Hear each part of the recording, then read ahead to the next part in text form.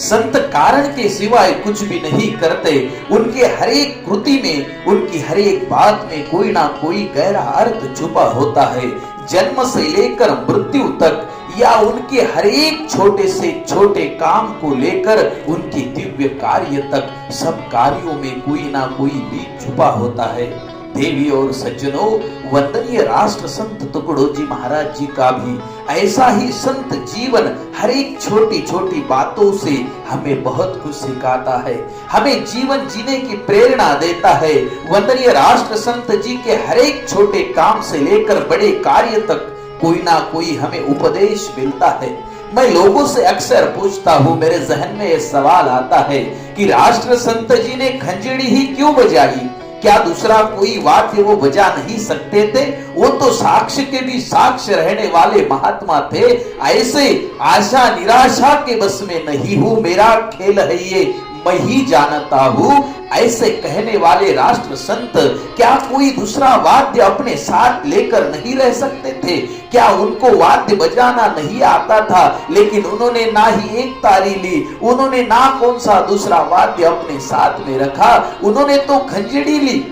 आप जरा सूक्ष्मता से सोचिए कि खंजरी ये तो साउथ का वाद्य है, ये तो हमारे दक्षिण दिशा से ज्यादातर राज्यों में उसका प्रयोग किया जाता है लोक कलाओं में।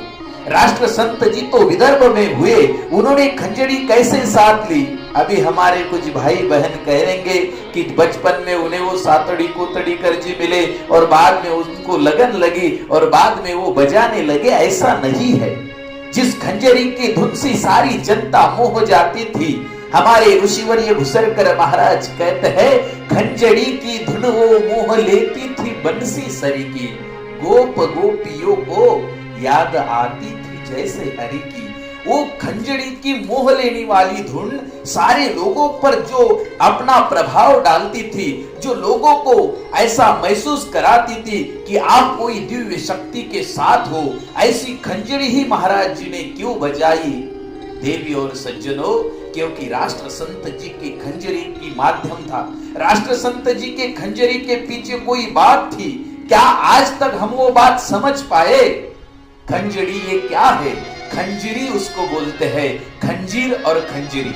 लेकिन खंजीर और खंजरी में बहुत सारा अंतर है। खंजीर से तो जिंदा लोग मरते हैं, लेकिन राष्ट्र संत जी ने तो मरे हुए लोगों को भी जिंदा किया खंजरी से। खंजीर से लोग मर जाते हैं, लोग को जीने की एक दुष्कृत भावना निर्माण होती है, लेकिन खंजरी से तो लोगों के अंतकरण में पवित्रता निर्माण हुई। खंजरी से तो लोग जाग उठे। ऐसी खंजरी जिनके बारे में राष्ट्र संत जी बार बार कहते थे, बार बार कहने लगते थे, खंजरी खंजरी मेरी रोज बजेगी खंजरी, टुकड़िया दास कहे जब बजती, पत्थर की भी छाती लजती, गुरु कृपा से रहे चढ़ी, मेरी रोज बजेगी खंजरी। जो खंजरी बजने के बाद पत्थर की भी छाती लज जाती थी, जिस मनुष्य के हृदय में कोई संवेदना नहीं, वो मनुष्य भी जाग उठता था, खड़ा होता था, स्वतंत्रता में भाग लेता था, समाज के लिए अपना जीवन देता था। ये खंजरी की ताकत थी। और एक बात आपको बता, ऐसे खंजरी को आप अगर देखोगे तो आपके समझ में आएगा, जिसपे चमड़ी लगी होती है और उसके पीछे लकड़ी लगी होती है। लकड़ी यानी हमारी ये सारी शरीर की हड्डियां है, और चमड़ी यानी उन हड्डियों के ऊपर ये रखी हुई है सब हमारी त्वचा है। अपने जीवन में अपनी त्वचा से और हड्डियों से जो रात दिन काम करते थे, और वो बजाते समय मेरा जीवन ही ऐसा ही समाज के लिए कुछ काम आ जाए, ऐसी भावना रखते थे। उन राष्ट्र संत जी ने जिस खंजरी को अपने साथ रखा और रात दिन कहा, साथी है मेरी खंजरी और मित्र है पागल गड़ी, पशु पक्षी से भी प्रेम है साधना मेरी बड़ी, खंजरी बजाना उनकी साधना थी। खंजरी से मरे हुए लोगों को जिंदा करने का काम किया। इसके पीछे का कोई कारण था, तो महापुरुष अपने जीवन में पिछली सारी बातों को छोड़कर वो विचार तो सात्विकता के रखते हैं, सभ्यता का वो धागा लेकर चलते हैं, लेकिन नए साधनों का या यूं कहो आज की भाषा में नए टूल्स इस्तेमाल करते हैं। समाज में खंजीर से होने वाला विध्वंस पीछे छोड़कर समाज में खंजरी से समाज परिवर्तन लाने का काम शुरू हुआ।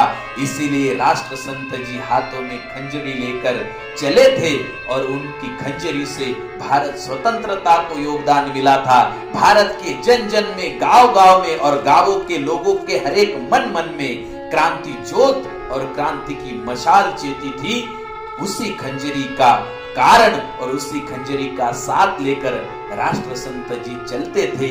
ऐसी छोटी छोटी बातों के पीछे एक कारण छुपा होता है और संत हर एक काल में अपना अपना एक स्वतंत्रता से काम करते समय साधनों भी स्वतंत्र इस्तेमाल करते हैं।